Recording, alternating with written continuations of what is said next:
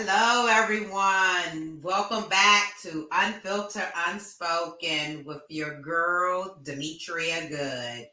Well, today we're going to have a panel with men on it. We're going to hear their point of view. Kings dealing with past traumas. I know we always hear it from the females, what the females are going through, what we are feeling. But it is important to hear what our brothers are hearing and what they're going through. So we're going to take a little commercial and then we're going to come back and we're going to start chiming in. And again, welcome to Unfiltered Unspoken Podcast. Sometimes your life won't turn out how you plan it. It turns out how you work for it. How you wake up and you chase that dream every single morning. It's what you give your time and your energy to that takes you to the next level. You see, I witnessed the death of my mother, the death of my grandfather, the incarceration of my father, and still I stood. Because when I walked in those projects, I realized one thing. I realized this, that my dream never lived down there. I realized that everything I ever dreamed of lives in the sky, and I must jump every single day to go reclaim what's mine. And that's royalty. You see, many of us believe that just because our father was a drug dealer and our uncle was a drug dealer, that is our life and that is our forever. But I want you to know something. That is only a lesson to show us to be something more than what they thought we can be. You see, when a family tree is dying, all you have to do is take care of the roots. And if the roots is too dead to bring the tree back alive, you plant another one. Young king and queen, I'm sorry, but we live in a generation today where you're going to have to grow up right now.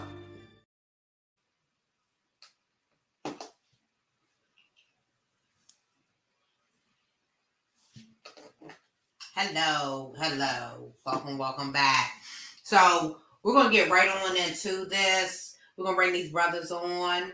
We're going to introduce them one at a time. So one will pop on the screen. Then we're going to bring the next one in. And we're going to bring the next one in. So we're going to start with Seth, the speaker. Seth, can you tell us a little bit about your background and maybe some of the traumas that you have dealt with? We just want a little bit, and then we're going to dig deep into the conversation. Okay. Well, hi, how are you? And hello to your guests. Thank you for having me on. And so a little bit about me. I'm originally from the east side of Detroit, Michigan. I served and enlisted in the military at the age of 18. Throughout the time of me coming into the United States Air Force, there was things that I was exposed to and things that normally, if I would not have joined the military, that I just would not have known. So there are certain things that I experienced that caused me to have traumatic situations. And so that's why I'm here today. Okay. Thank you, Seth. We appreciate that. I know you got a lot to tell. I know you have a lot. So next we're going to bring in Grady. Grady, thank you for joining Unfiltered Unspoken. Can you tell us a little bit about yourself? Yeah, I'm originally from a very wonderful place in a suburb of Minneapolis called Edina. I often reference being kind of like Bel Air. So I was a kid that was raised amongst immense wealth, and it was just everybody around me was a billionaire, but I didn't have it. So I aspired to have it, and I'd go meet new friends, and they'd be running down the stairs to go play Nintendo, and I'd be like at the kitchen table going like, "Sir, what do you do for work? Like I want this, And so I had a wonderful childhood. Went and played college football, and had some issues with that. So I wound up actually getting kicked off the team at Iowa State for grades because I was kind of messing around too much. But the biggest, two most recent traumas was random, unexpected death of my father. Had a freak accident on a golf course, and so he passed away unexpectedly. And my business was tied to his credit at the time, so that was reset number one. And then I just got out of basically a 2-year Johnny Depp like situation with coercive control. So I was as big of a captive, like Rapunzel in the castle as one could ever imagine. So it was definitely have some stories behind it, but it's gotten me here. Well, we're gonna chime in. We're gonna hear a little bit about today. Grady, thank you for sharing. We're gonna bring in Dirty Mac. Hey, how y'all doing today? Hey. All right, can y'all Welcome. That's right. Nice Okay, to we meet y'all. good. We want to hear a little bit about you too. Bring it on. Oh, okay. I just spent 9 years incarcerated. I've been out for 2 years. Before that, I was a business owner. I went to prison for trafficking drugs, manufacturing guns, and things of that nature. So right now we're trying to keep the youth from taking that road. So actually dealing with a loss of several loved ones. You hear me? So, the trauma, nobody is above suffering. Is universal. Mm-hmm. So we got to learn how to deal with the trauma, and just acting like it's not there is not good. We have to discuss it. What state are you in? Oklahoma City. Okay. Oklahoma, yeah. So we got brothers from all different states in here. We don't know each other. We have all different life experiences. If you want to some call it stories. I've accepted that too. So we're gonna chime in. We're gonna get into it. Daryl, do you want to come pop in?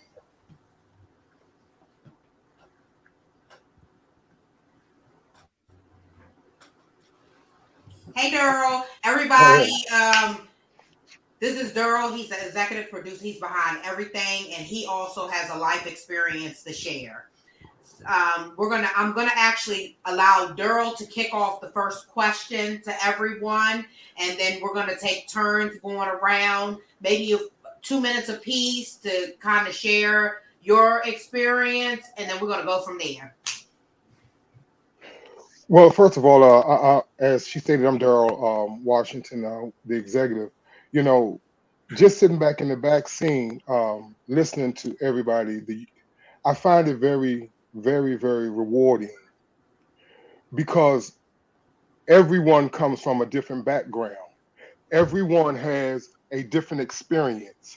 And I'll just give a short synopsis of mine because, like I said, I believe in going in because it's about help for me. Being molested at the age of 13. And after being molested, how that traumatic experience caused it, if you will, to affect other areas in my life, which means all of my relationships that I had been in, that I involved myself in. It affected the areas of my employment as in relationships to dealing with the authority of men. It also transcended over into just that level of just anger and frustration to whereas I became very isolated. I was abused. In the truth of the matter, I became an abuser unawarely. My behavior was exhibiting things such as sleeping with women that I didn't have no concern about, but to make me feel good and not make me quote unquote feel as if I was gay, because it's something when you can.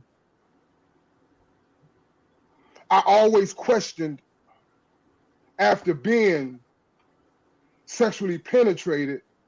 Me and a brother was talking the other day, and he shared with me. He said, "How did you feel when that was done?" And I could always share or talk about what was done But I found out what I did was I separated the feeling from it. So although I was able to express it, I never really dealt with it because I separated myself from the feeling of it or what I felt. And so as this process is going, I need individuals such as yourself to talk about it because, man, I find myself walking the street carrying guns and this, that, and the other. Why? Why do I do that? And like I told you, I come real with it. You know, I do this and because I still carry the fear that something's going to happen to me again. So I'm simply saying all that today to simply say to you all, this is the reason why I desire platforms like this.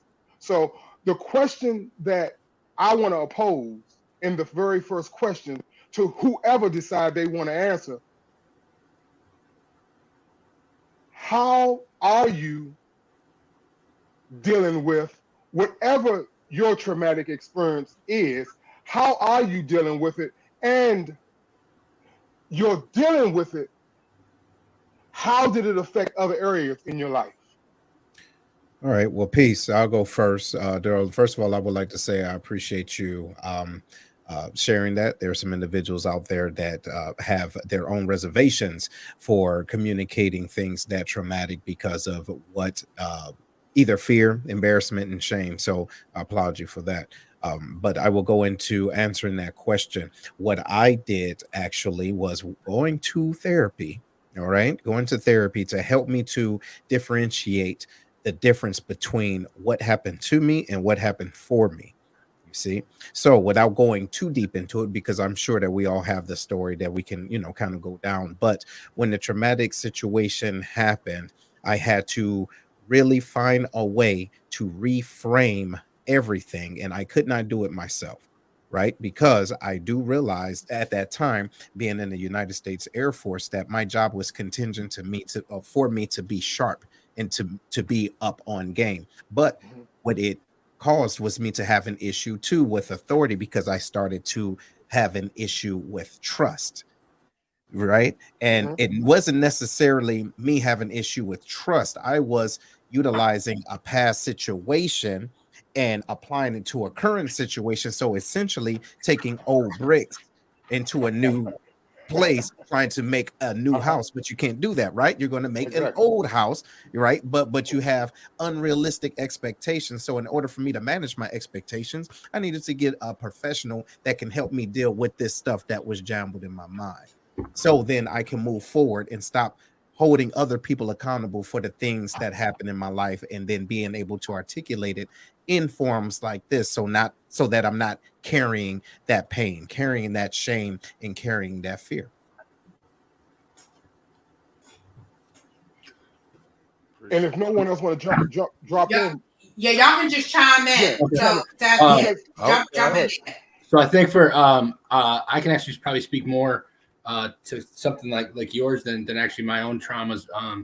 And that's kind of why I emphasize the fact that like my childhood was, I was like it was painfully wonderful, right? And so, but in the last 10 years or so in my travels and all these people that I've met, I'm just blown away by how common your story is. I mean, and because the whole concept that anybody would ever touch like a young kid at all, just it's, I don't understand it, but I've seen so many people.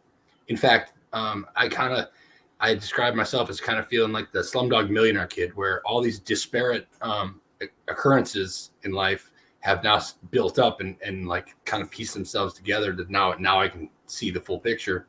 And so it was my ex-girlfriend who was about 50. She went and did a week-long, really expensive rehab thing for childhood trauma.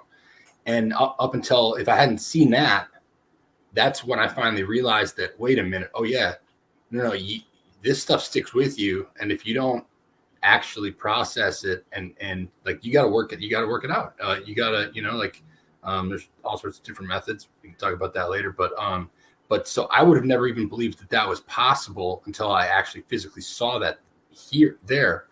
But then fast forward, one of my like closest friend recently was this kid that I met, and it was a kid that I met at a time where I had been wrongfully evicted. So I was out kind of on the streets and hanging out with a group of kids that was far worse than I originally understood. And I met this kid, and he at the time he was living in a tent, and he gave me a storage unit that he had, even though he didn't. I mean, which I needed, but it was like I was like, this kid's the only person I've ever met that's actually not trying to take everything everybody else has. He was like I could tell he was a sweet kid, but he had just been raped by like four men in Kentucky and came to Arizona, and it bugs me because this guy's still on the loose or whatever. But he same thing was I think I was the first person he had ever told, because he definitely didn't know any other men that had ever been attacked or molested or penetrated or whatever, and so he didn't know if that made him gay or whatever. And the irony was, I was like, dude, I have a friend who's a punk rocker. He's tatted head to toe. He's like the gnarliest looking dude you've ever met in your life, and he had a plumber when he was 5 touch him, and same thing, and it's so I've seen multiple cases of it spark a lifetime of effect. But so yeah, I mean, I'm sorry, but at the end remind me, because I have hopefully a something that I'm working on that might be a long-term cure for it. So I have a quick question, Grady. Can you tell some of the traumas that you went through that you would like to share that affected you? Yeah. The detachments. Well, so the thing was, like, with my dad was I had been with the roofing industry. It's very lucrative, but I had like 4 different companies where I made them, I don't know, a couple $1 million, and was not paid my half of it. And so it's like work, and then I'm left with nothing, and no resources to fight for the money that they owe me either, because now I don't have any money. And so that's what had just happened right before my dad had died. That had happened again. He put me on his credit line. So now it was always dad was the only one to bail me out. But I had all this work to do in St. Louis, branded my own company, went up, got a truck. I was walking out the door to go get like $300,000 worth of business, and I got the call that he passed away. And so that sucked, and that was really hard then. But what was a million times harder was in this last 2 years, when all I needed, I mean, I was screaming from the every mountain, I need to escape this devilish woman, and my mom lives 2 hours away. I just needed her to kind of step up and like let me have a place to escape this lady. And so it was the hardest part was actually realizing, having it take until then to realize that my mom was not actually going to be there for me when I needed her, like my dad would have been. Like I would have been able to kind of like prepare or do other things, but I just it was kind of shitty that it was like, why are you gonna like spring this on me now, and so that was absolutely, it was dangerous. I mean, I almost didn't make it out of it. I was arrested 5 times. I mean, like this is all on false charges, which is another motive of mine now, is to try to actually get there to be recourse for false. Okay. And Grady, and I'm sorry, I don't mean to interrupt, but Grady, and understanding that that those things that you're sharing, if I could expound, not so much expound, but follow up with a question before I forget it, in reference to, because I know that we all come from different backgrounds, and and the reason why I say this is because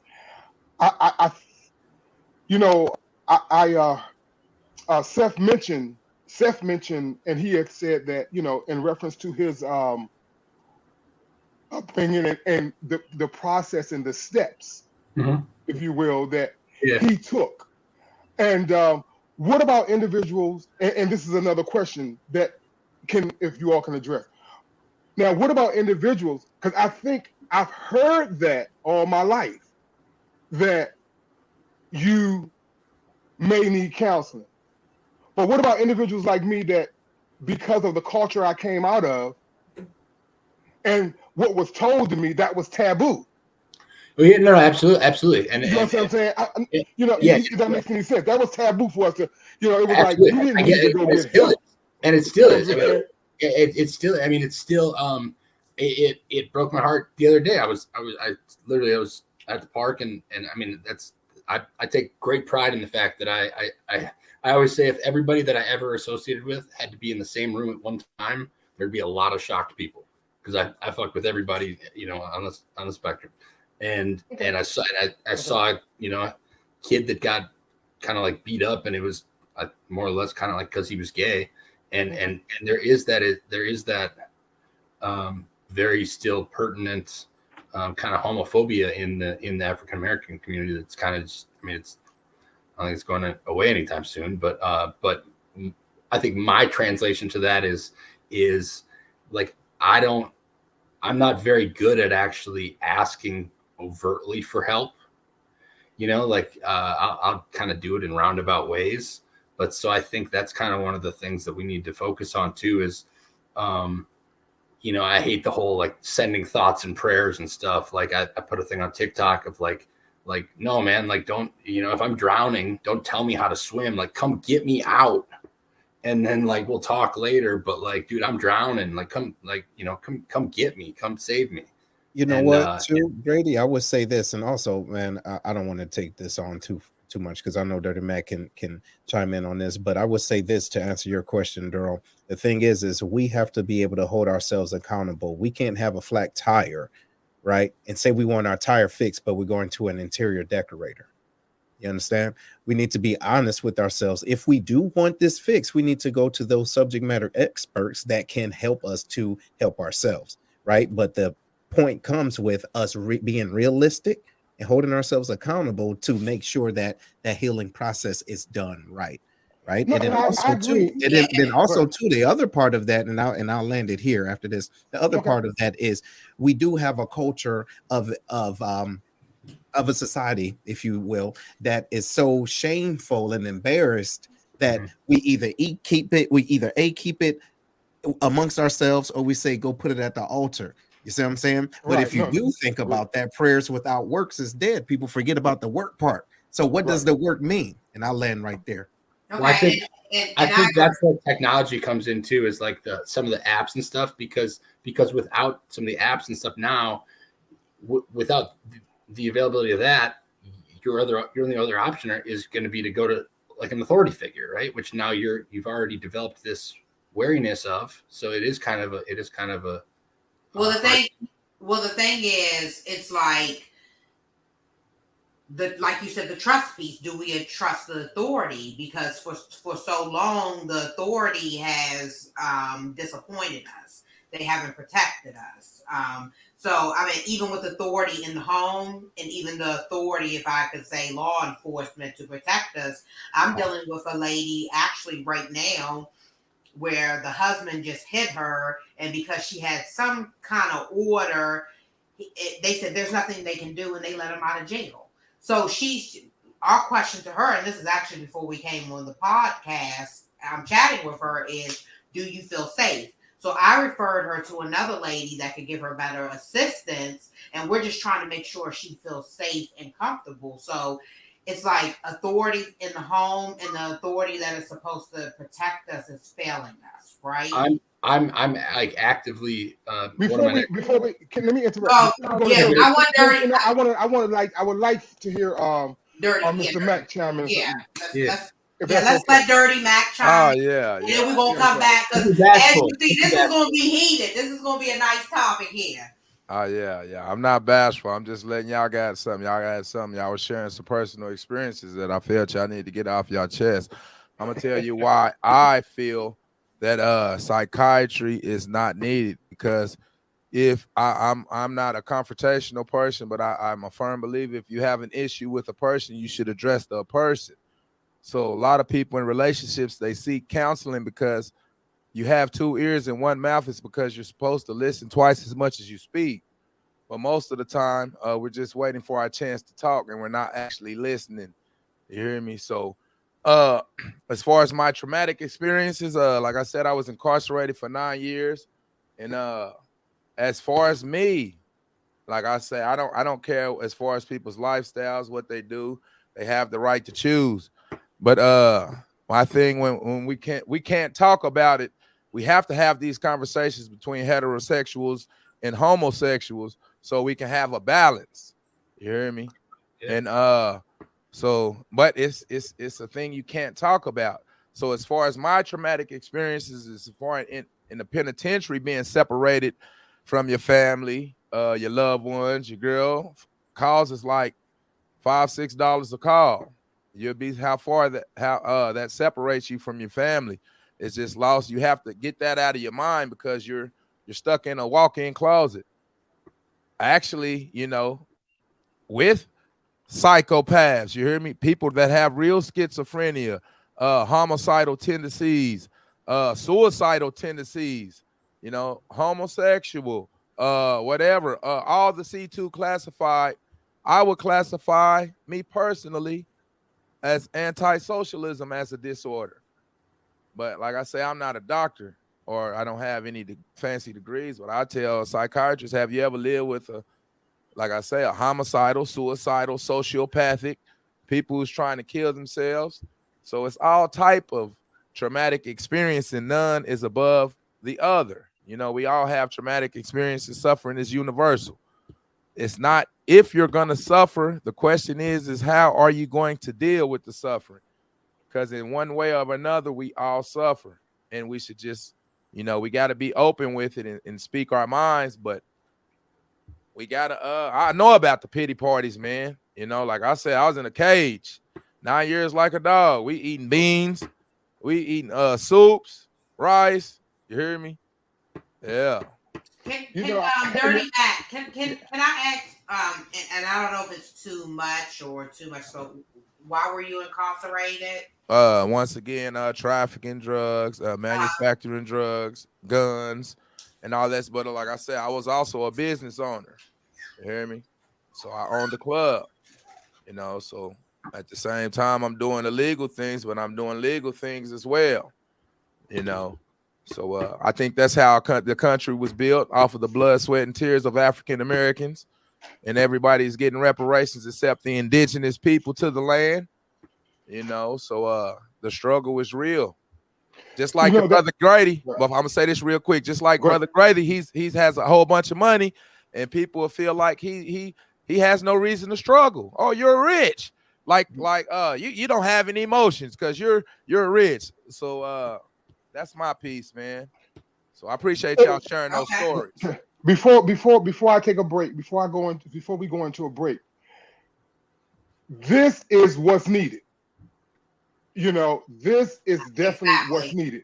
And because believe it or not, each and every last one of you have shared and spoke something to show the different background, the different, you see the way that he did it. You see, it was told to me by an old dude before. He said, man, don't be confused when somebody tell you went the wrong way. If you make it to the destination, you didn't go the wrong way. That was your way. Yeah. Because what ends up happening is, and see, when, especially us as men, and I appreciate everything that has been said, especially us as men, what ends up happening is we have an issue because of image and ego to be open or to think that somebody else's opinion or their way or their idea is wrong. And you all couldn't have said it better, because there are a group of people that their only way out may be counseling. There are another group of people that have gone to counseling and ain't changed nothing, but they found another way. So that's why we as men have to have these conversations and understand that tragedy or trauma, as he said, is universal. It ain't domestic it ain't domestic abuse. It could go to any area you want to put it at. And the key is us talking about it. What happens is, I think in the root of talking about it, what that does is open us up. You follow what I'm saying? To whereas if you can grab pieces to complete you. It may not be the whole piece of something that somebody had, but a piece of it that can continue to complete you. Because what I know that because of my trauma, what it caused me to do, realistically, is not to be open to hear nothing. And when you can't hear anything, you can't do nothing. Mm-hmm. There's no growth in not hearing. You know, whenever I come into an area and I said because of what happened to me, I'm not going to talk about it because, as Dirty Mac said, that self-pity party. The most violence that ever happened to me is what I committed to myself by the way I thought about my situations. But now that I've become to this point where I become open to start going into panels like this, no, I haven't wrote a book. No, I haven't done maybe some of the things that you have done. But what I do know is that I have an ear and I have some experience from life that can help somebody have wrote a book, that I have done something. But the key is, as we said, we need to talk about it. And these are the things we need to talk about and be open to what everyone is saying and not casting it down, because there's a piece to it. Mm-hmm. There's a piece that could save our lives. Once we come back, I'll let oh God, Demetria. Did you forget? How you gonna forget my name? Yeah, because man, these brothers are really giving up some stuff because they don't realize how they're impactfully helping me. You follow what I'm saying? And that's the whole origin of it. You know what I'm saying? Mm-hmm. To be able to share something that can help somebody. So right after this commercial, we'll be right back. Yeah.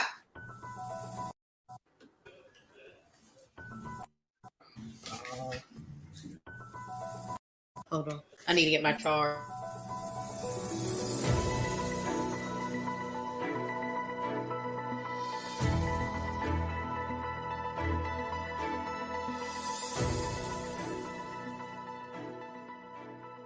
Welcome. I am your co-host, Daryl Washington. Today, I wanted to come in and just to first say thank you to all of you who are tuning in on today's broadcast. I hope that you are very excited and getting something out of today's broadcast. We are working very hard here at Unfiltered Unspoken just to be able to bring you information that is life-changing. We are reaching across the world to bring in individuals who have suffered with the same issues that some of you have suffered with, or possibly even know individuals who have are suffering with the same thing. Today, I wanted to take this opportunity just to show you a few of our upcoming shows that we are putting into place for you all, just for life-changing experiences, that you all will have the opportunity to get some information. Look at all of the listing of the individuals that we have coming. I know that you all are going to greatly enjoy where we are going. We truly believe that we have been assigned to do this, and we know that if you tune in, continue to follow us, and you can follow us. At the bottom, I have all the listings of where you can follow us. If you are looking for individuals to come on your podcast, we will be more than happy to assist where we can. And I'm asking you all, please take the opportunity to share. We also are open to any type of financial donations that we may continue this mission and be a blessing to many of those who are out there. So as we return back to the show, please remember, stay open, give yourself a chance so that you can live the life that you were purposed to do. Thank you.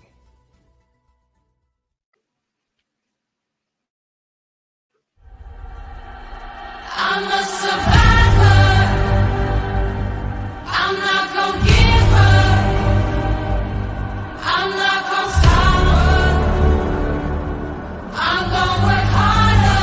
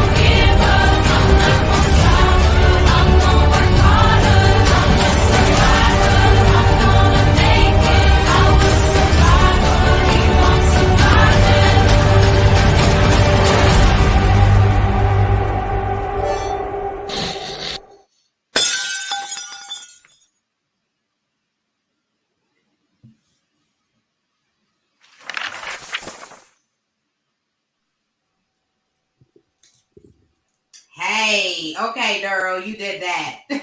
You always do that. Thank you. I gotta give a shout out to Daryl. I'm sorry. He's phenomenal. I love you, my brother. Okay, so we're gonna chime back in because I've heard a lot of what y'all have said, and collectively, I know that y'all will touch another brother that's going through similar life experiences, because men tend to hide their emotions more so than female, or females become silent and they deal with the abuse too because they think it's love. Men deal with it silence too because they think it's love, or they may have watched it growing up, their mom abusing their dad or their dad abusing mom, and it becomes a generational, or it becomes normalized. So what I want to ask y'all is, from the traumas that you have been through, what have you learned from them? Like, what are you facing with your traumas? What have you learned from your traumas? Let's start with Dirty Mac. Okay. What have I learned from my trauma? One thing I could say, man, is the pity party. It's hard not to stay in that lane. You know, the pity party, always down in yourself. You know, always holding yourself accountable. You know, like I said, the suffering is universal. It's not as if we're gonna suffer. It's just how do we deal with it. But I ask myself, what have I learned from prison?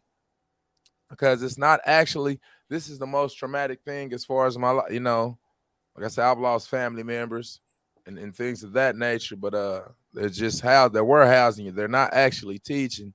It's not like people are coming out with trades. You hear me? So they're just warehousing. Everybody's still working and growing their seed to whatever they're creating, and you're just sitting here warehousing, and you're waiting to play catch up. So one thing that I can say I've learned from the trauma is patience. Patience, you know. The journey of 1,000 miles begins with the single step. So just take that journey. It may seem like a long journey. You might not even be a navigator, could even chart the course. But just know that there's always people that has been going through your type of problems. You're not the first. You're not the only one with problems. There's people in a worse situation than yourself. So to see any light at the end of the tunnel, you know, we always got to remain optimistic, you know, because it's a lot of pessimistic energy going on right now. It's a health crisis. It's a financial crisis going on. You know, it's a mental health crisis overall. You know, the poor diets we eat, you know, we eating all these foods with these drugs in it. You know, preservatives is a secret word for drugs. You hear me? So our mental is all we seeing on TVs, murder, sex, drugs. You hear me? I know that's the type of programming I like to watch, you know. We often like to demonize it in the music as far as rap music, but then we turn around and watch Halloween. You know, so I think the images that we see, the food that we digest, the things that we program with our mental is going to transform the individual. That's what's going to manifest. So if you're always having pessimistic energy, I would what helped me deal with my depression, anxiety, loneliness, hatefulness. You hear me? All of these things. The pity party is exercise. I dealt with this through exercise. You got to find an outlet to get that negative energy out, because if it just stays in, once you're going to expand like a balloon, and once you burst, because you're not finding an outlet, once you burst, this could be a more, even worse traumatic experience, you know. So what I would tell people, like I said, I've learned patience, and I tell people to just remain optimistic and know that you can share your story and you can find comfort in other people sharing their stories. That's my little piece. Okay. All right. Let's go with Grady, and then we're going to backtrack to Seth, and then we're going to reverse because I got another question after we finish this. Yeah, so you mentioned like the psychopaths, and that was like literally my ex was self-proclaimed. She identified with the dark triad, which is psychopathy, Machiavellianism, and narcissism all combined or whatever. And so, Mm. but eventually, once I understood her background and her upbringing, it kind of hit me that I was being basically punished I was bearing the brunt for someone else's lack of, or failed, parenting and whatever. And so it finally hit me that like literally every single person I knew and everybody that was incarcerated, everybody that I knew that had any type of problem at all, it could almost always be you could just directly trace it back right to being molested, to some type of childhood trauma. And so it kind of set off now. Like, I mean, I've always loved kids and, love like their innocence and stuff like that. But it just kind of hit me going like, wait a minute, hold on. We got to put like, if we put our time and resources and actually like, some help and services and stuff around young parents and like a kid's first 4 years of their life, we'll probably save 90% of what we're spending on, all these people that are incarcerated and all that stuff down the road, and society will win in the long run. So that's kind of been one of the big shifts for me is being cognizant of exactly how, impactful like these negative experiences are, and trying to be the one of the people to actually change for the better, some of the stuff that goes on in these younger years. That's right. Let's go, Seth, the speaker. Okay. So I'll just make it quick. I believe to answer your question, what have I learned? I learned the importance of grace. All right. And that means not just grace with other people, but grace amongst myself, with myself, as far as not charging something that I did not know to the current self that's trying to heal and to operate in a space that's connected to my definiteness of purpose. So it means being okay and forgiving myself and not pointing fingers at other people and other things, or even judging myself, right? And so I believe what I've learned with that grace is a new appreciation for self-love. I can dig that. Okay. So for me, what I have learned is, as Seth mentioned, is to love myself. I've learned how to have peace. I've learned to accept the traumas. I've learned to deal with folks that aren't going to be truthful about the traumas and abuse that they have caused because they haven't accepted who they are. So I can't fault them. I've learned how to forgive. I've learned that also that abusers, how much can we blame them or be mad at them when they have went through the abuse? You almost feel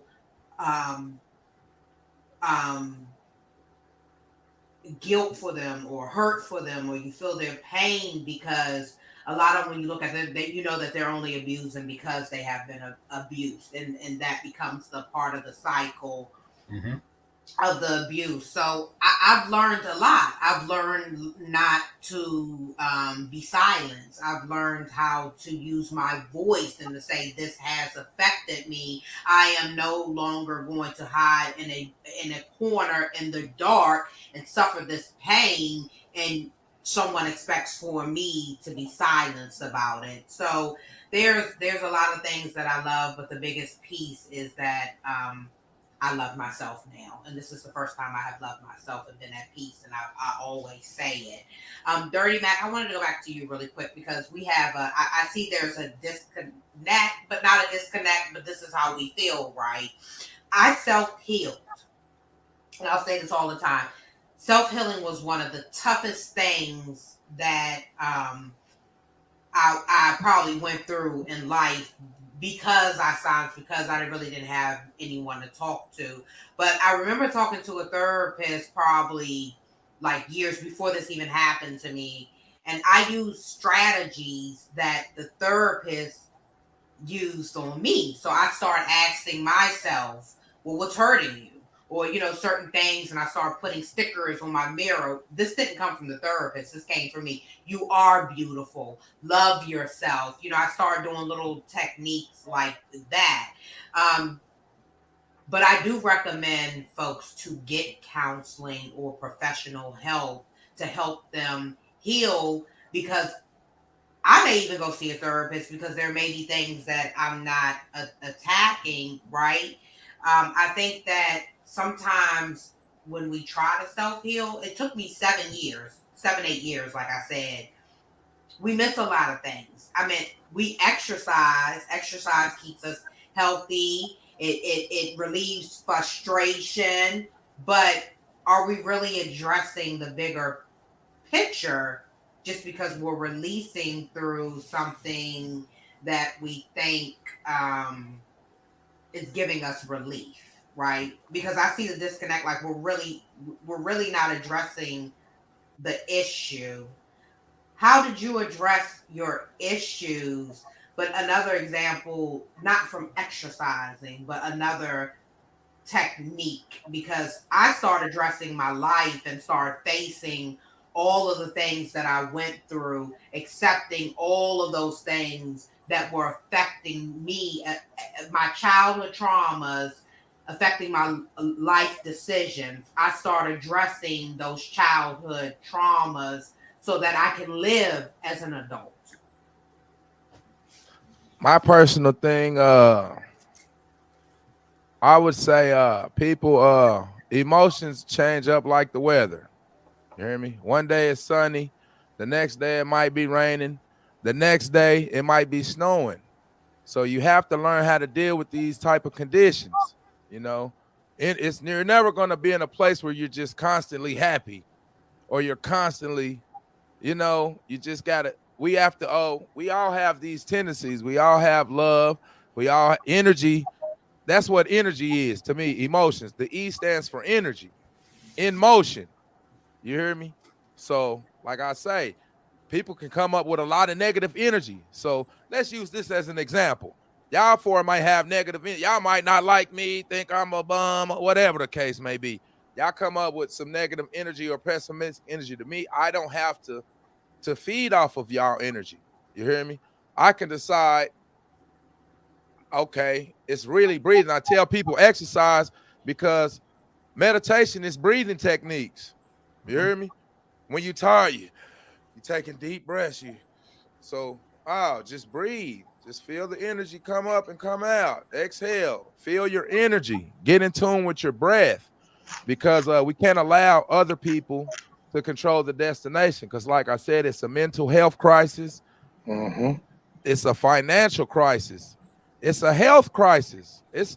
We just got over COVID-19. I lost like 2 or 3 loved ones to COVID-19. So especially at this age, it's all tight. We're losing loved ones. You hear me? We got bills. It's always stress.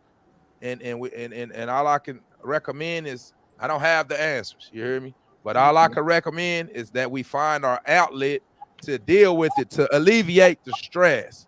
Stress is universal. Suffering is universal.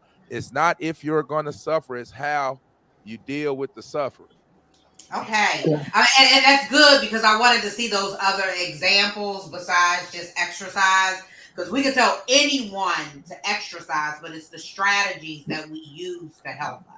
So I appreciate that. This might be a great time to jump in and tell you. So, like, I'm in cybersecurity. So my aspiration now is with the metaverse and Web3. Is basically combining some of that therapy and stuff for like PTSD and stuff, like for childhood stuff. They say, like, you don't want to go confront the person that did it to you. You want to, like, put a teddy bear on the chair and pretend that it's you, and you, like, kind of talk to it as if you were the kid, right? But so the way I see it is, with the metaverse, the possibility is basically, even if you're like an Iraq vet, we're going to be able to basically recreate any scenario that was, the cause of your trauma. Mm-hmm.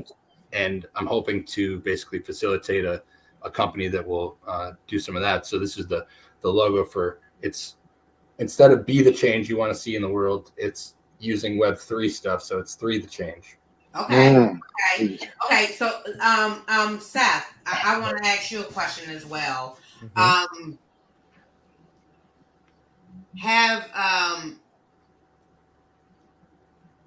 What advice? And actually, I'm going to ask all 3 of y'all this, but I want to start with Seth. What advice can you give males to freely express themselves? Okay. To freely. I got it. I got you. Okay. So what I would say with that is vibe with your tribe. Okay. And make sure that you are surrounding yourselves with individuals that can understand what it is that you're going through and to help facilitate the safe space to communicate those type of things without drama, without judgment, right? And just a conducive space, right? But that means it's up to you, right, to do that research, to find out what that means, to understand your own nuances and understand, hey, I'm a type of person that likes this type of energy, and this is where I feel the most safe it's at. So be realistic with yourself. All right. And then as you're being realistic with yourself, listen to yourself. And I tell people this a lot. Well, I try not to tell people nothing. I make suggestions. So I suggest that individuals use this acronym WAIT, and that stands for why am I talking? By listening to yourself, your true self will tell you what you need. But you have to be able to quiet the noise from the external gray matter to listen to yourself. All right. But listen to your higher self, not your hurt self, because to Grady's point, there's 2 different individuals. It's a battlefield of your mind going on right now. The one that wants the best thing for you and the one that was hurt. So sometimes you're having a conversation. Your current, like me, I'm 42 years old. The 42 years old may be battling with the 16-year-old that was in a traumatic incident. You see, so it all depends on which one lands the right uppercut, means which one is going to win. So therefore, I'm going to make my conscious decision based off of the hurt or the heal. So I would say that it's important for individuals to know what conversations are having, right, and who it is that you're feeding inside in order to get the right help. And I'll land it there. Okay, Grady, I want to come back and ask you a question too, because I wanted to chime in on something. Do you you said your mother, when you went through the situation with your ex, verbal, I guess that was verbal mental abuse that you went through. Do you feel like your mother, it was abandonment? Because abandonment is abuse. Do you feel like that was now that you back on it from a child? Because we try to see what the abuse was. Do you feel as though you went through abandonment as a child from your mom? No, I think it's so I always described our family as like a 2-on-2 basketball team. Like I am my dad. I'm a clone of him 100%. I used to refute it, but I mean, I love it now because he was a brilliant guy, and but so what I didn't do well when my dad died was it took me about 1.5 years to realize that I wasn't very sensitive to the fact that my mom also lost her husband. Like I wasn't the only one that like lost a dad. And so we had some rifts financially and stuff, but I think it was that she was or is a lot larger of a narcissist that I had ever. I was completely blind to it for like 33 years because I didn't really have a reason to. It I guess hadn't come up. I guess, and so I think it was more of the she, like kind of the just she was in the chain, like she had some unaddressed kind of hurt or some they're basically created some way, but so but yeah, it was the way I saw it was, man, I wish this had been kind of like disclosed earlier so I could have addressed it. Yeah, it would have been more helpful to know that the lifeboat wouldn't be there. Okay, Daryl, I'm going to chime into you because I see that face back up in here, so I'm going to tap you too, my brother. So what advice can you give? And then when Daryl finishes step, I want you to piggyback off of this. What advice can you give to brothers that are struggling with authority from men instantly because of what happened to you? you have a resentment towards men. What are some ways? Because I know that you still struggle with that in a lot of areas, but you are facing those traumas that you have dealt with and the reasons behind why you are the way you are. What advice can you give to start the recognition of I have this authority issue, and these are some suggestions that can help you get through having authority issues from a man to a man because of hurt from another man? Okay, was that directed to me or Daryl? To Daryl, and then when Daryl Again, me. yeah, Gotcha. and then, All right. then you. Got Yeah. you. Well, Got you. I think based off of really just staying open and listening, the first thing that came to my mind on the question, as abstract as this is, can somebody tell me how many sides is it to a square? 6. 4.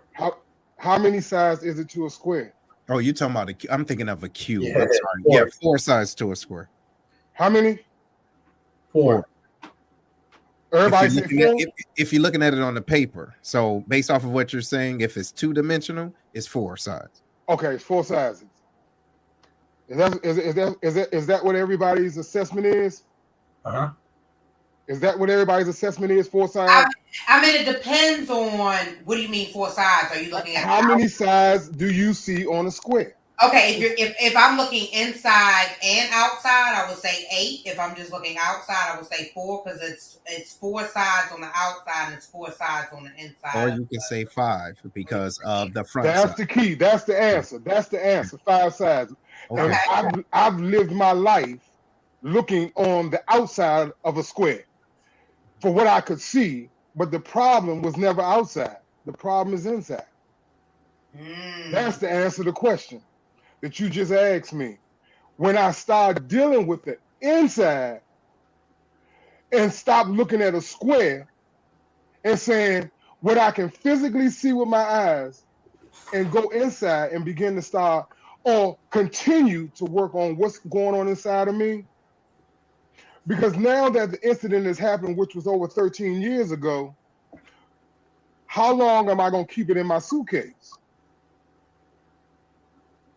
and keep carrying it?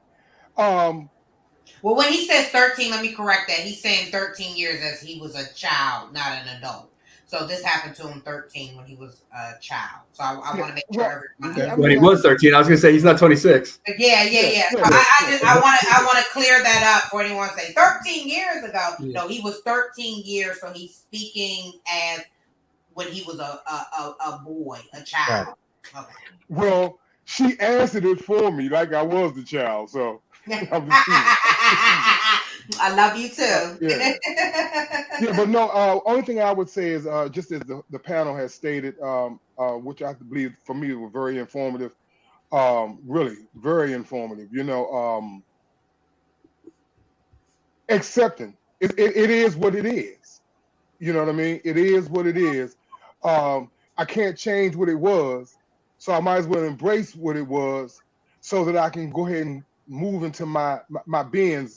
And I may still have to talk about it for some time to get better with it. There are some avenues, whereas perfectly honest with you, I don't know what avenues I'm going to take, but I do know that there are some things that need to be done. Real simple, you know what I mean? I don't want to say so. I don't like saying things that sound good. I like to be 100 with me. You know what I'm saying? This is where I'm at right now, and this is why I sit on panels like this, to hear different perspectives. Mm-hmm. You know what I'm saying? So that I can go back and sit and embrace it. I know that Max said that he dealt with exercise. I do recall when I used to run, I used to do marathons. It made life better for me. It was almost like the minute I stopped running, I began to start feeling all that weight again. You know what I'm saying? So, there's a lot of different things that I'm looking at based off of what you shared. That's why I'm very open to what everybody's sharing. You follow what I'm saying? Because I don't know where you all are in you all's journey. I don't know. What I do know from what I'm hearing, you all are in a better place. And it ain't self-pity. I just like, in order for me to grow, I gotta first be real with where I'm at. I gotta be real for where I'm at. You know, and I really appreciate you gentlemen, because I know it's some gentlemen that may listen to this that may be right in the space that I'm in. That needs to know that it's okay right where you are, as long as you accept where you are. Mm-hmm. Accept where you are. And now what you gonna do from this point forth. Thank you, gentlemen. Well, Yeah. and I actually Oh, have a book that I picked up that's called How to Understand Each Other, and it actually lays out that, like, in order to fully understand ourselves, it actually requires another person, like a trusted second person to fully, I guess, properly do it. No, Okay. no, yeah, you're Okay. absolutely right. Yeah, So to so answer that question, Mhm. right? Because I was supposed to be chiming in. So based off of the question, and also to Daryl, your point, I would say in reference to your square, it's also essential for us, if we want to see the big picture, we got to get outside of the frame too, right? Because while you're in that square, your view is limited. So I encourage anybody that's listening, get outside of the picture and actually see what it is that you have currently going on. If we were to do a 360 turn in our current house right now, it is a physical representation of the things that we have accepted in our life. Period, point blank. No one has done anything to you. It's everything that you have accepted. So if you got a piece of trash on the floor right now in your house, you've accepted that piece of trash right there. So it starts with a little piece. And then going back to your question, Demetria, what would I encourage individuals to do is, and as far as talking to other men, is learning how to trust men, but the understanding where your trust issue lies. Like, I had an issue with authority from individuals that were in places of authority but did not have the intent to actually truly lead. That was my issue. So I couldn't keep pointing at the person in the position. I had to point at me and say what I had an issue with. I have an issue with weak-minded individuals, you see, but then I could not use my issue to be defiant. I had to take a step back and say, all right, this person is here for a moment. Okay, but they're not here for the lifetime. What is it that I can learn from this person? Now, if that's in line with me getting a paycheck, I have to understand, if I want a paycheck, I play the game. Everybody got a game to play if you want to win. Boom. But if I have my own business, I make sure that my circle is conducive to the type of energy that I want. And then also realizing that not everybody in your current boat is rowing right now, right? So we have to be responsible for the people we allow in our space. So you can't have an issue with everybody, because if you have an issue with everybody, that means you're not holding yourself accountable and say, I let this fool in. So I would suggest that individuals that truly want to be around individuals, if they have an authority issue, is to connect with their why. And I'll end it there. Okay. Dirty Mac, I'm gonna come back and connect with your why. Y'all heard that? Connect with your why. Love it. Dirty Mac.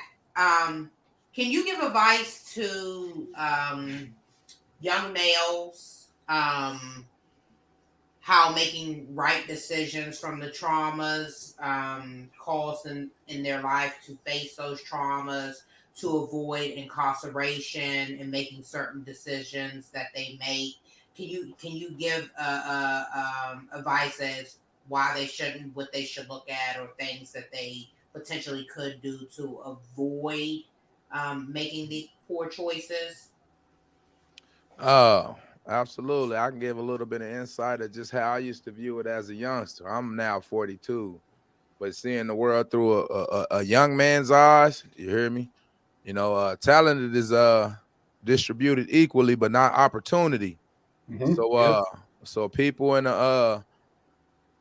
that have lack of resources, like I say, the money might be funny, the environment isn't correct. A flower can't cultivate if the environment isn't right. It needs sufficient sunlight, it needs sufficient water, as well as sufficient nutrients.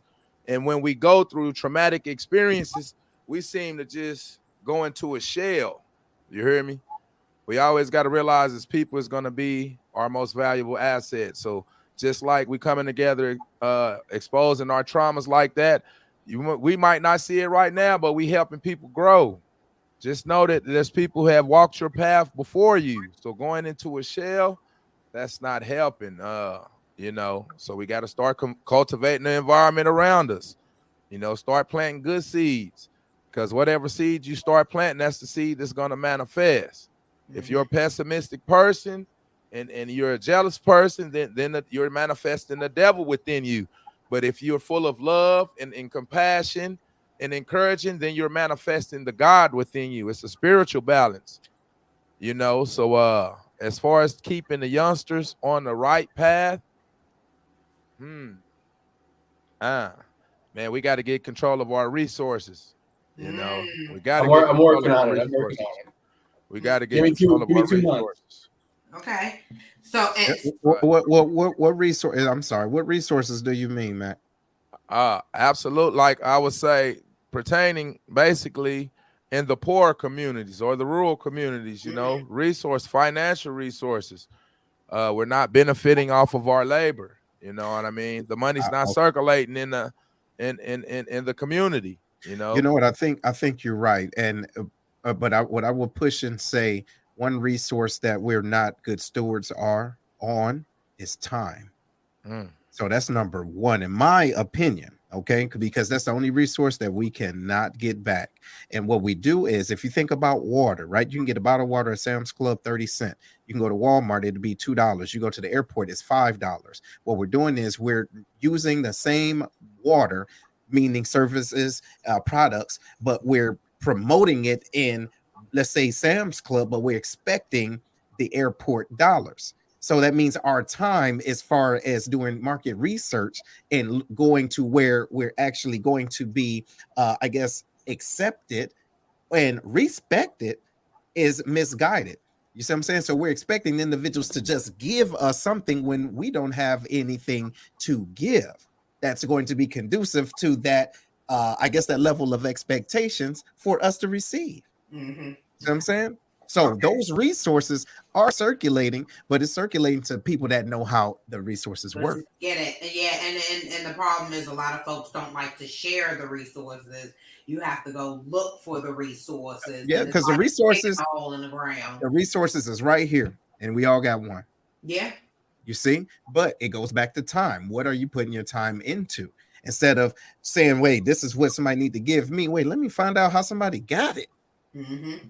So I'm saying, but I'll land that there. My fault. Okay, so Grady, we're about to wrap up. I'm going to ask Grady another question. For someone that you felt as though you didn't experience abuse as a child, but in your adulthood life, you went through abuse for 2 years. What advice can you give someone to get the strength to leave, especially if they've never experienced those abuses? Well, so my own despair in trying to figure out how to escape my current situation made me think out this plan, and I realized that if I just came forward to say I was a male victim, I just knew that I'd be met with oh, you hate women victims or whatever. So I knew that anything I devised was going to have to be universal for men and women, and it spawned this whole big picture thing I can send you guys after. But I basically realized I'm in cybersecurity, and they've been saying we've got 700,000 jobs that need to be filled, and those are all 6-figure jobs, and they're all jobs that you can get the skills real quick, and the stuff's online. So I went, wait a minute. So if we give kids 7th grade, we give cybersecurity skills and understanding to here's the different jobs that you could have, and do some more career days so they can actually see it. Because I know that, Dirty, you probably side with me on this. You can teach them a bunch of shit, but that's why the drug dealer in the hood is he's the one that they see that's got all the money, because they don't have an example that's actually living it. There's not an obvious bridge to get to this, so you got to show them. You got to show them how to get there. But also, what I wish I had and would have saved me at the time is at 7th grade. And by the way, by my resources and stuff, I think there should be basically a video game that's made where it's credit information and credit understanding and education. but I say 7th grade, and it needs to be taught in a way that it's actually, like I said, like a video game, so they can live it and play it out. And by this point, I'd say probably even like attach it to some tangible goods. So let them make those stupid purchases that are going to tank their credit, and let them see how hard it's going to be to get them back up, like I had to do, so that once they actually need to use it, now they're in a position to have to use credit. Now they're in a good position. And so I thought of all this because I thought of somebody that's trapped in a situation, and if Becky's getting beat by Tyrone, but her job is at the Walgreens on the corner, she's going to be not able to leave because she's her job's right there tied to the brick and mortar. Where if she has cyber skills, she's going to be able to have a job anywhere in the country, making 6 figures. And then as long as if she has the credit knowledge and health, even a lot of the times where these people, a lot of the time it's financial abuse, so they're cutting off the resources and all stuff. So what that does is as long as you can protect your social security number, then they probably most likely won't be able to tank your credit. So you should have like that little safety net to be able to escape. And so so this is kind of this whole big plan. Grady's trying to, and then the third thing is with NFTs. So like ownership, because like with music and art, now I don't know how familiar you guys are with it, but basically the whole need for like record labels and all this stuff is completely out the window. You don't need it. And so it's because you can release a song, and you release a song now, but or like art's a better thing, that the painting behind you. If I paint that thing and I do that and it's an NFT, I get 10% of any future time. If you sell it, 10, 20 years for $100 million, the original person still gets 10% of that. So I look at this as being a way that the hood can actually start to, get back to having ownership and actually start to build something that they can leave for because then you're going to be able to leave a legacy and leave things that are making money for you when you're not, while you're sleeping and so. Okay, great. Yeah, and I tell folks, and then I'm going to wrap it up. I'm going to twist it around so everyone can share their information.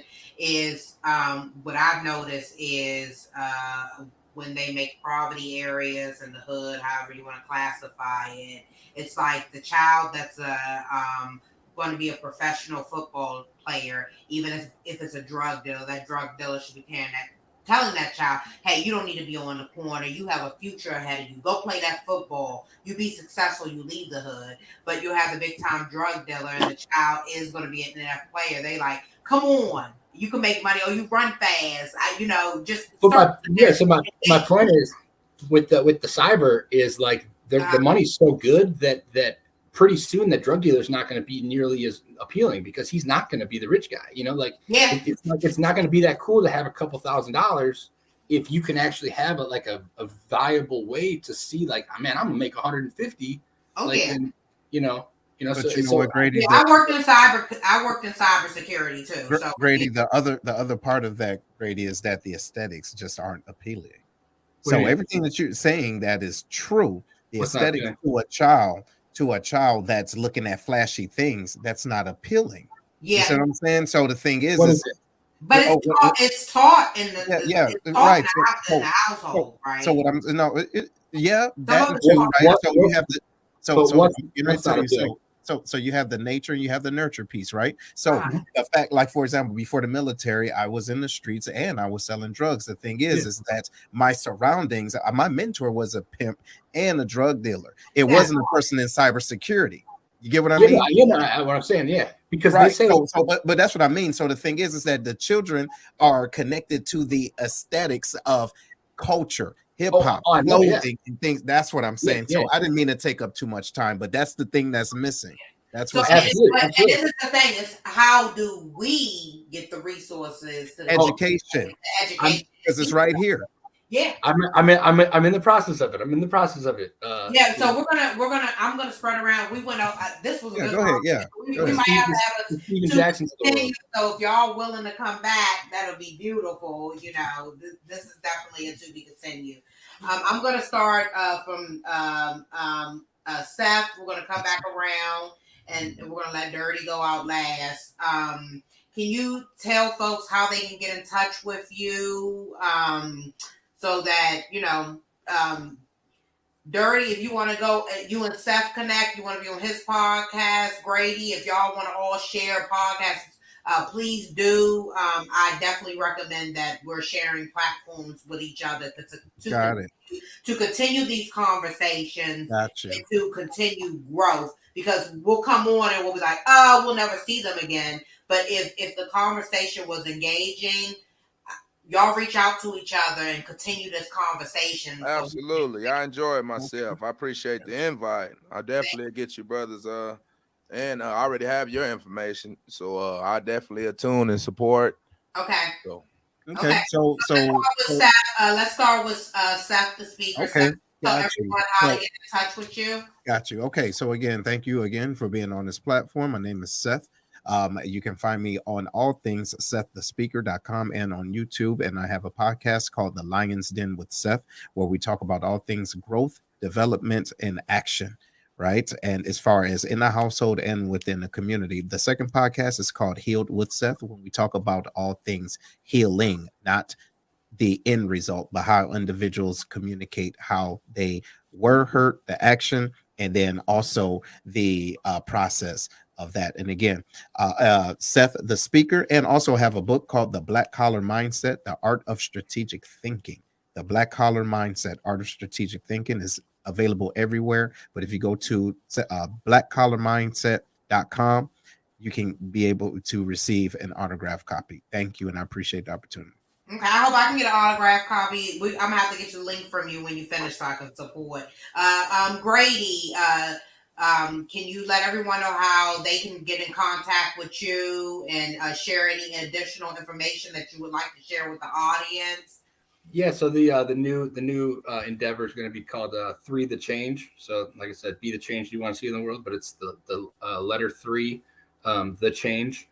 So right now it's join 3 the change at outlook.com and 3 the change on Instagram, but it'll probably just be I'm getting the website up probably in the next 2 days or so.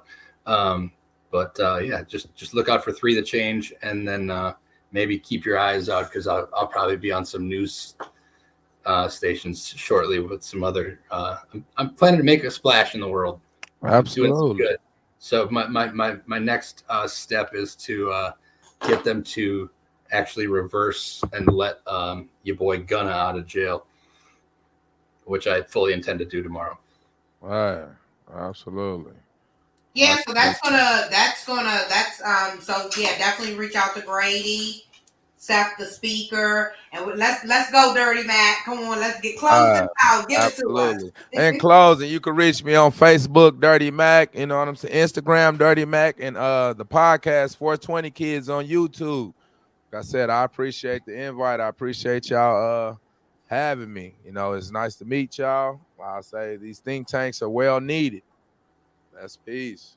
Yes, and then if anyone for the Good Fight Unfiltered, I sent all y'all links. I think Seth and Dirty, you might be in there too, Grady. Check out our chat group. We're gonna be running live every Sunday at 7 p.m. We are running live on Facebook, LinkedIn, and YouTube. If you have not subscribed to Unfiltered Unspoken on YouTube, come on, get in there and subscribe to us. Let's get these lights up. Come on. All right. Last thing, let me suggest people Google or look up Gabor Mate, GABORMATE. He's like he's a world-renowned expert in trauma, and he's got some podcasts and stuff, and it'll blow your mind. It explains a lot of it. Okay. Well, you heard them. You heard what they said. Come follow my kings. Come follow them. I want to thank each and every one of y'all for joining Unfiltered Unspoken today. This is definitely a step to help kings out, to acknowledge what they are going through so that they can have a safe space to begin to heal. It is okay to free yourself from the hurt and trauma that you have been to.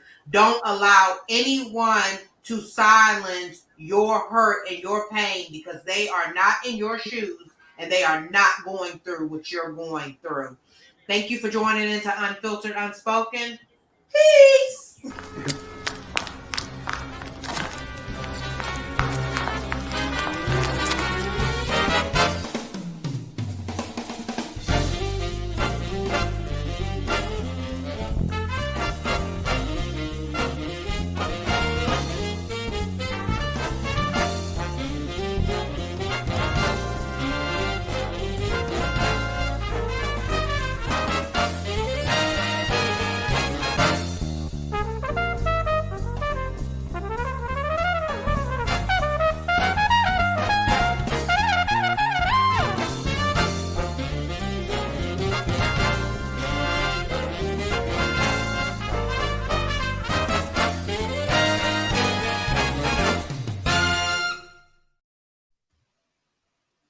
Thank y'all. I mean, thank you. Absolutely. Oh, no Appreciate problem. that. So all my I stuff think- is in the private chat over there, and I'll see yours, Dirty Mac. I Yeah. think I just subscribed to your page on YouTube. Who, Okay. me? St. Louis. Now I'm gonna subscribe to yours too. Send me the information. And yeah, I'll start supporting and checking y'all out, commenting, doing all the stuff to any. It's sharing information is key. Mhm. You gotta create a networking system. I was actually out there for in Oklahoma City for Juneteenth, man. I DJ, so it was a band that Really? was out there that I was DJing for, man. I think it was out in Edmonds, I believe it is. Oh, okay.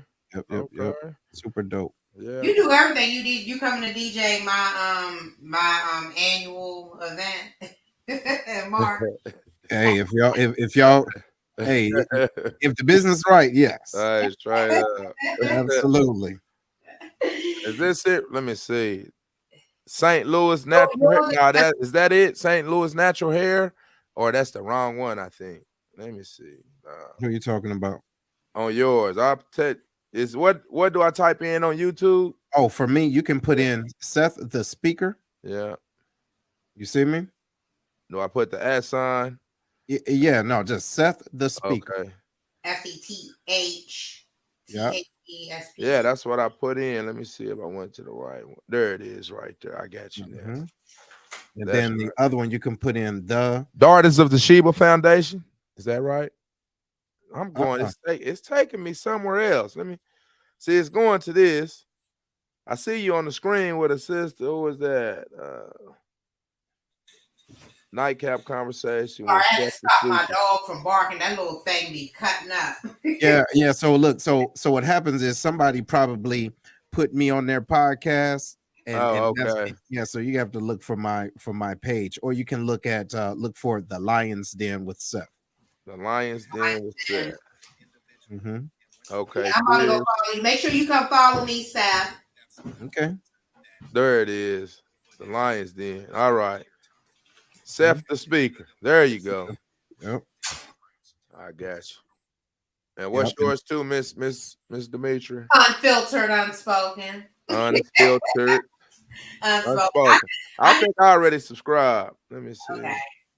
Well, just Unfiltered, unspoken. No, I did. Yeah. Did you? Okay, you one of those 20 people. No, don't worry about that. You just got to stay pushing. You hear me? I know Gotta it's stay down like 4 flat tires. It'll grow. Look, them Snowball 20 turn to an avalanche. 2 days. So imagine Yeah. what's gonna happen. Hey, So I can dig it. we definitely rolling. Yeah, let's continue to keep these platforms going so that we can spread the word. And like I said, Still live? You I still will live? come to both of y'all. Yeah, she is. She's still Still live. live. You ain't take this Oh, no, out. we gonna cut it. We have it behind the scenes too. So. Oh, this is right. they just after recorded. party. It's the after party. It's the after party. Yeah. We can trim it down. So Yeah. Hey, so but what I will highly suggest y'all to do, if you're serious about this podcasting thing, the next podcasting movement is in March. Okay. It's the first week in March and it's going to be in Las Vegas.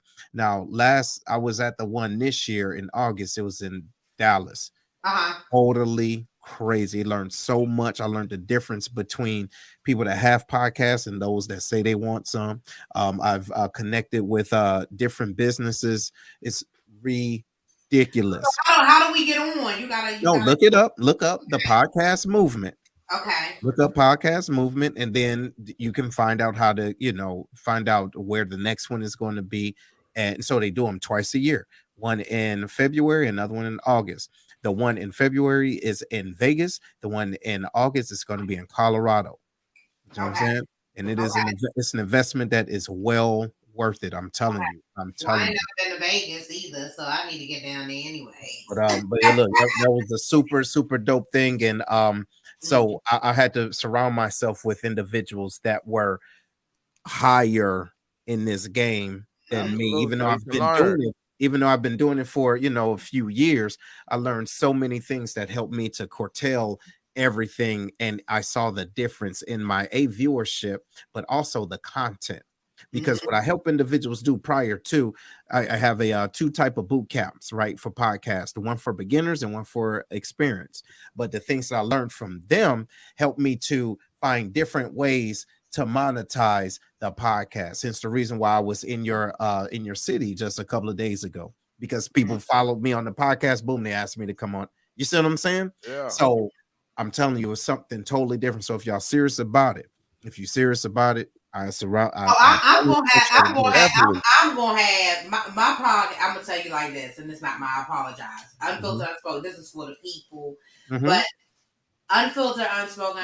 I tell folks in Durham, we all say it is gonna be a #1 podcast. I might be in the top 25 next. I'm gonna be in the top 10, and I'm gonna be in the top 3, and I'm gonna hit it. I'm gonna get my butt in this area. That's how aggressive we are. And I think just starting and just coming out, I think that we're doing pretty good. Good. Just keep going. And and when I was at the show, they said that in the last year and a half, there were over 2.6 million podcasts that were created, but less than 300,000 had more than 10 episodes. So essentially the issue is consistency, lack of inconsistency, individuals expecting large numbers, expecting all these type of viewerships, and then they get frustrated and then they stop. You see what I'm saying? So I'm not worried about no numbers. But after seeing those numbers, it was jaw dropping. But it was telltale, because you have some individuals that feel as though the podcasting is oversaturated, and it's not, because as long as you put your own voice in it, you create your own lane. That's what individuals get.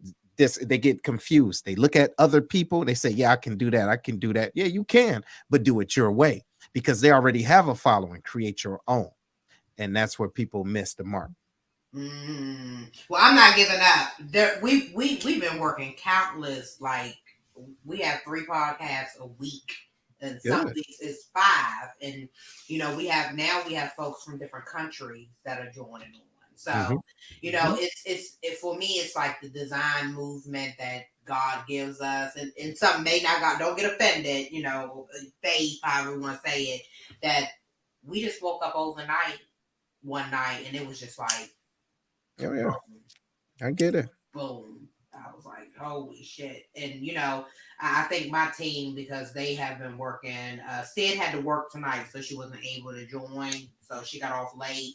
But, it's like you said, it's having that support system, having the right folks around you to push you, to say, I'm going to elevate you and move you because I believe in you. And, like y'all believe in sharing your life experience with others, and this is what's going to help Unfiltered Unspoken grow.